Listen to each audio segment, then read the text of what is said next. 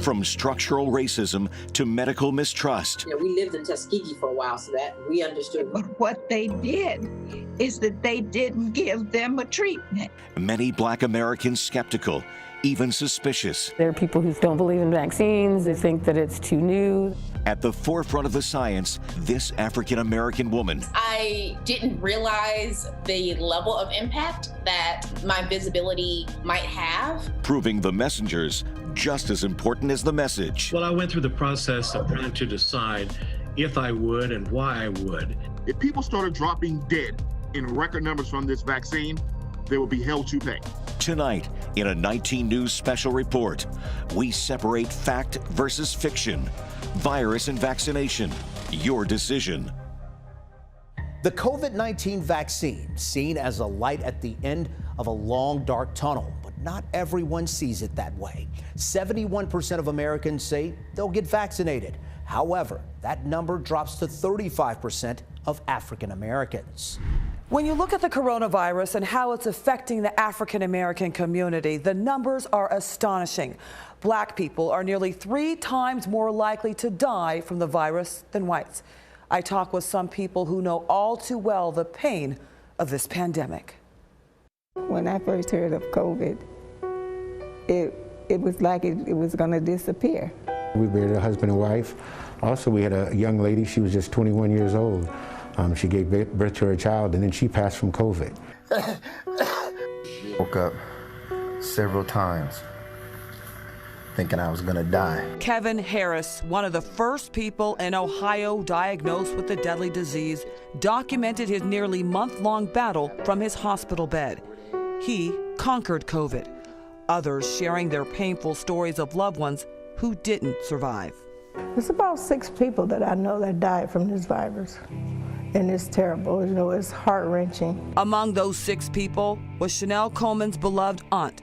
The healthcare worker says she had to seek counseling for her unbearable grief. I got a phone call from my nephew that said she was in the hospital and they had diagnosed her with COVID.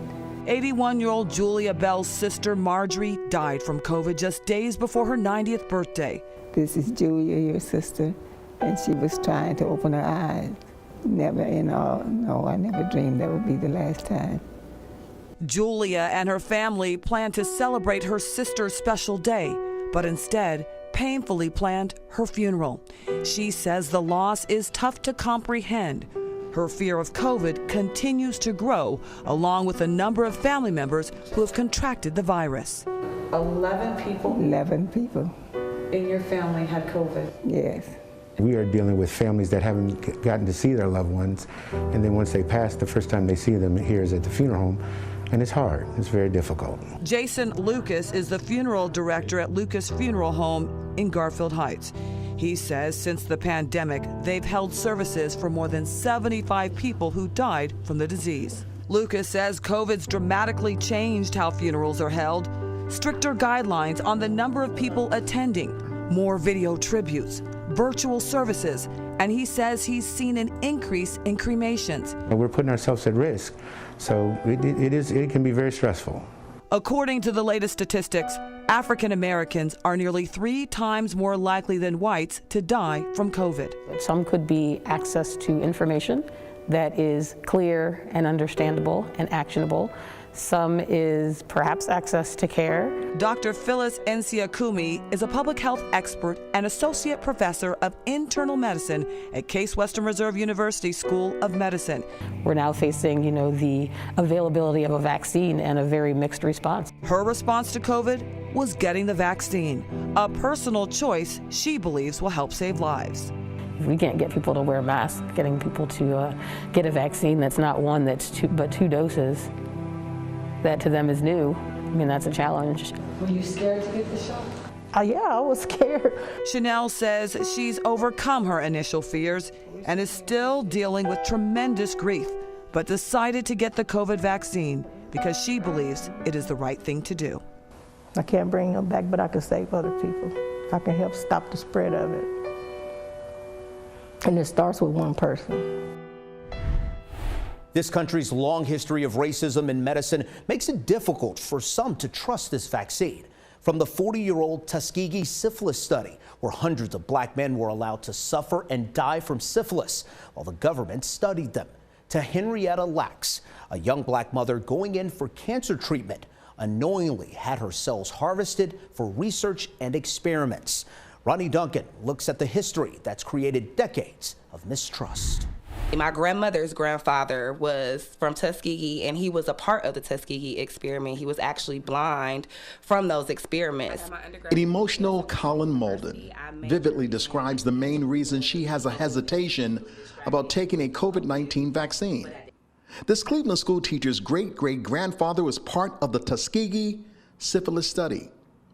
In 1932, Minor Izzo was one of 600 men who volunteered to be treated for what they called bad blood. Instead of treatment, the men received free meals and a $50 insurance policy. When penicillin became available in 1947, the government withheld it from them. Stories such as this haunt Colin Malden to this day. And she recalls how even her grandmother had to come to reality that what really caused her grandfather's blindness was not old age, but untreated syphilis. And she thought he was born that way. It's a stigma in the black community to speak about those things because the reality of it is it's trauma. Now that taboo philosophy isn't restricted to everyone in the African American community. However, its validity knocks at the doors of curiosity whenever you mention the COVID-19 vaccine. I haven't heard too many positive things about it. I've heard people dying from it. I've heard people getting Bell's palsy. The FDA says cases of Bell's palsy in clinical trials is no greater than the amount of people who experience nerve conditions in the general population. African Americans have been taken advantage of in terms of not being told the truth. And so when we talk about this vaccine, you really have to think about what do we know about it.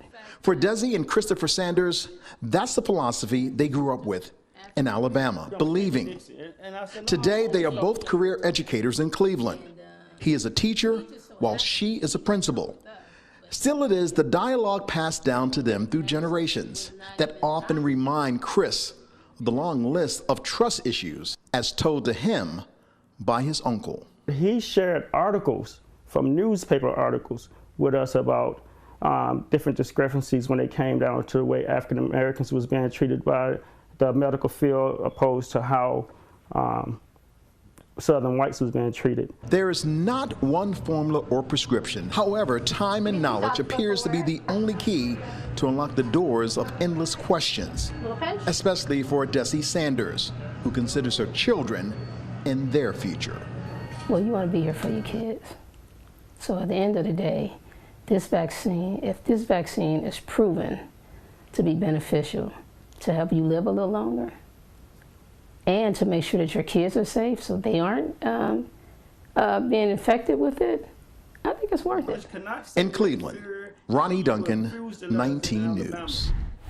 This special report is about informing our viewers about the vaccine so you can make an informed decision. Right now, the FDA has approved two types, Pfizer and Moderna. Both vaccines require 2 doses. Both have similar side effects, including pain, redness, or swelling at the injection site, and fatigue, muscle soreness, and aches. Clinical trials show Pfizer's vaccine to be 95% effective, Moderna 94%. There are also plenty of myths about the vaccines. A big concern surrounding the vaccine, infertility. Our New Yorker talks with women who have real fears about this. Dr. Tosin Goji of Cleveland Clinic says she and others from the American College of Obstetricians and Gynecologists have been advocating for change. Traditionally, pregnant women are usually not enrolled in vaccine trial. And so when the data, of course, was reviewed and submitted, there were no pregnant women or lactating women in the cohort. Which is concerning to some. I talked with several women who told me they have concerns about taking the COVID-19 vaccine because of how it will affect their fertility. I mean, I am actively trying to have a baby, but I just worry because, like, with this being such a new virus, I mean, how much testing and how the long-term effects, we don't know yet because it's so new.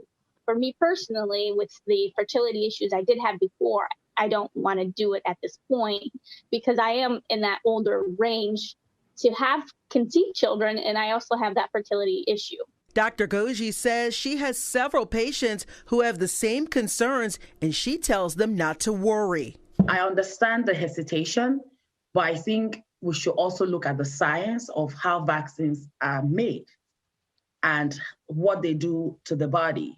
Yes, we have some unknowns. Yes, pregnant patients were not in the trial, but the data speaks for itself. Dr. Goji says she hopes that they and other women hoping to get pregnant move ahead and take one of the COVID-19 vaccines. If you're trying to start a family, please go ahead to start your family. But starting your family should not stop you from getting the vaccine. We still want you protected. Reporting in Cleveland, CNN New Yorker 19 News. You may have noticed the image at the bottom of your screen. It's a QR code. If you hold your phone's camera over that icon, it will take you right to the vaccine page on cleveland19.com for more information.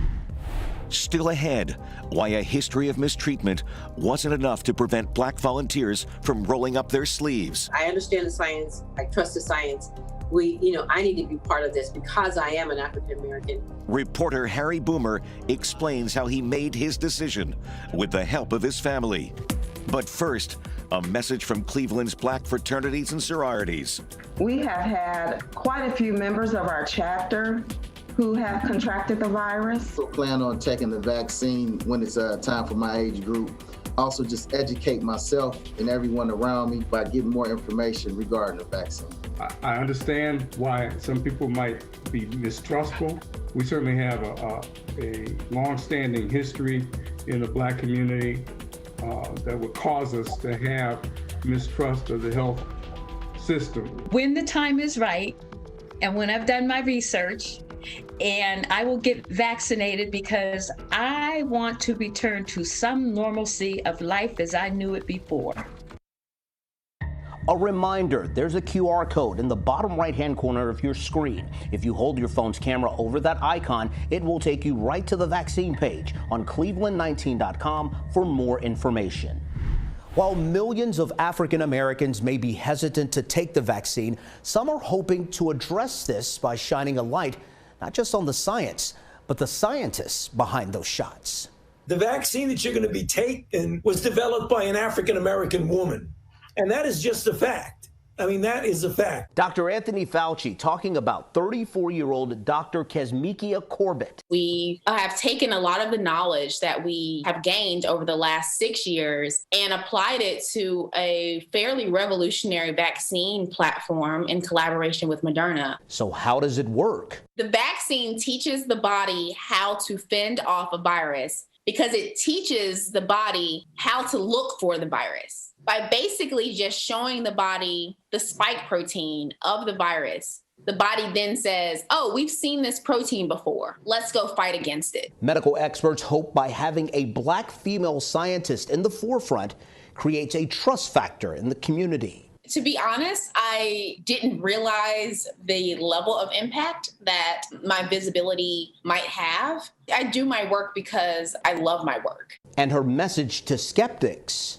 Number one is that I get it. Number two is that to really take advantage of the level of transparency that we are attempting, even I haven't even seen before. Dr. Corbett admits it will take time to rebuild that trust in the Black community. For now, she's doing her part to pave the way.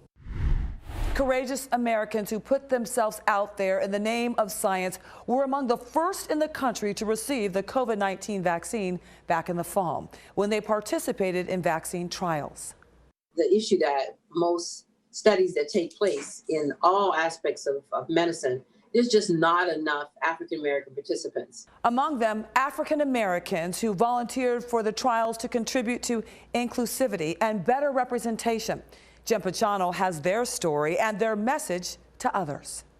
It was Chris Harris's young son's bout with COVID-19 that incited him to act and volunteer to participate in University Hospital's trial of Pfizer's COVID vaccine. There was an opportunity, being a minority, knowing that our community has been hit pretty hard by COVID-19. At the time, he says many in his life were skeptical, afraid, even discouraging.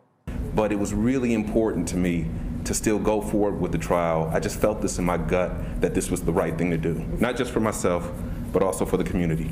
Once the vaccine was approved and Chris got confirmation that he did not get the placebo, he says those skeptics were proud and grateful. Dr. Margaret Larkins Pettigrew and her husband, Dr. Chenetz Pettigrew, also participated in that same trial. I stepped up and took my place in line. For them, it was also about inclusion. I want to know what's best for African Americans and people of color when it relates to treatment regimens.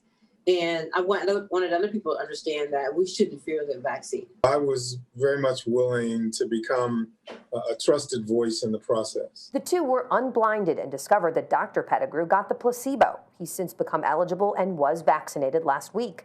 Dr. Larkins Pettigrew got the vaccine during the trial. She's relieved and looking forward to seeing her kids and grandkids safely again.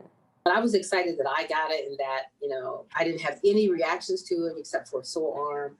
And that I could tell people that story because, our friends ask all the time, well, I'm thinking about it, I'm on the fence. Harris says everyone has the right to make the choice that's best for them, but he invites people to do some research. Talk to your healthcare provider. Talk to someone who's obtained the vaccine.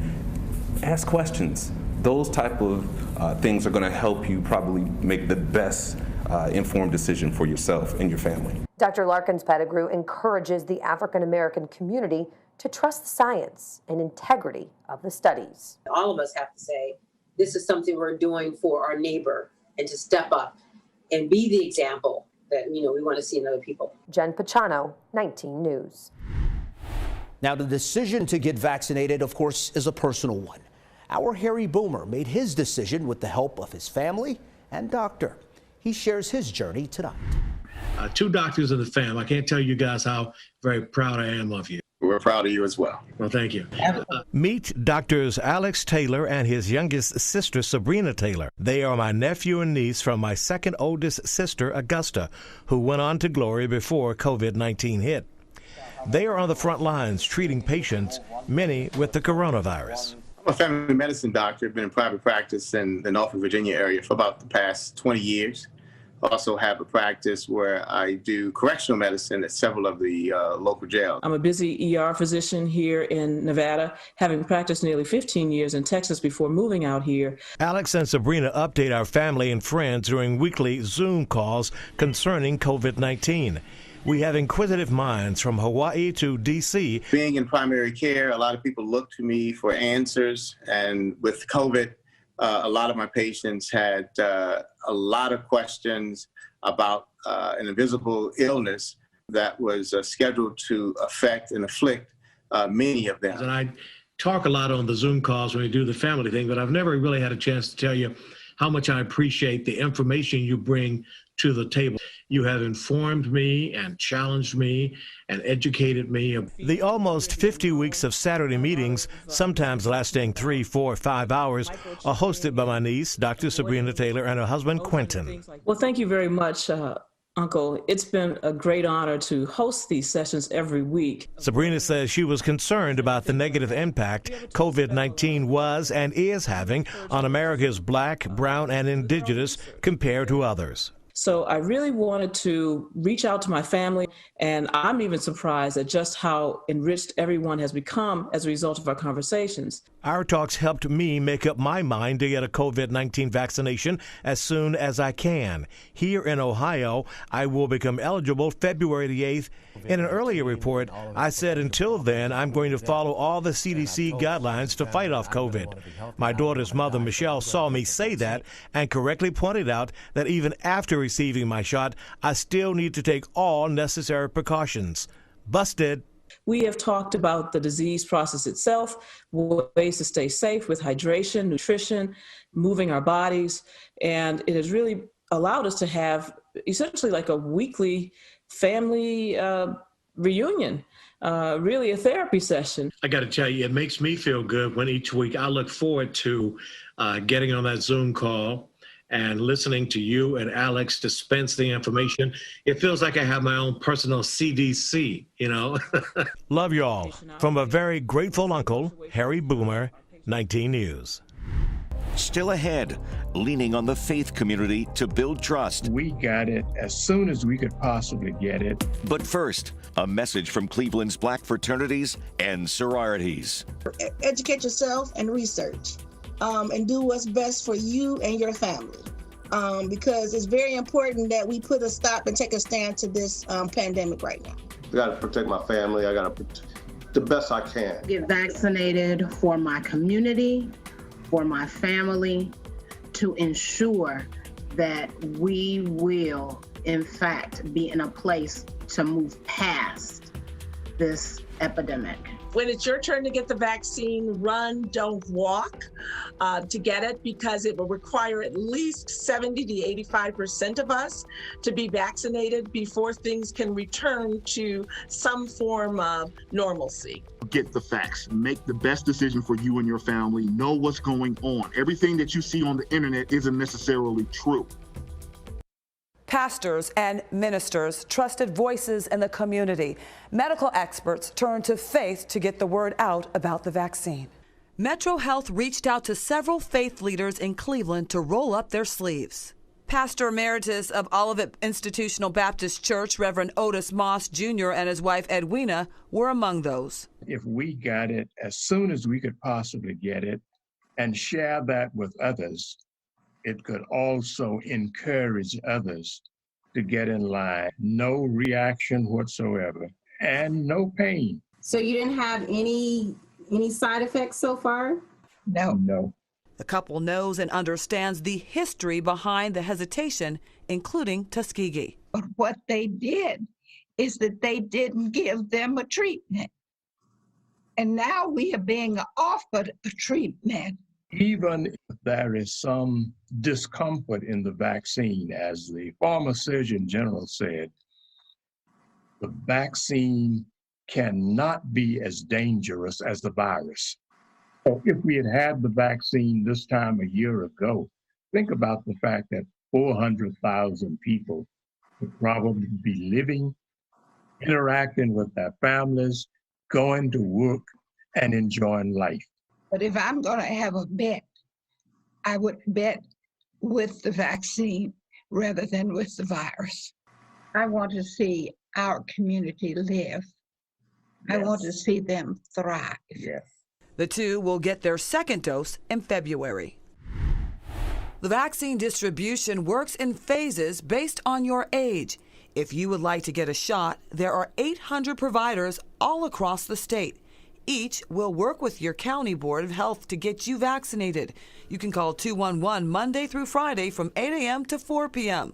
The operators won't be able to make appointments for you, but they will put you on the county's wait list or direct you to the closest hospital or pharmacy in your area that may have the vaccine.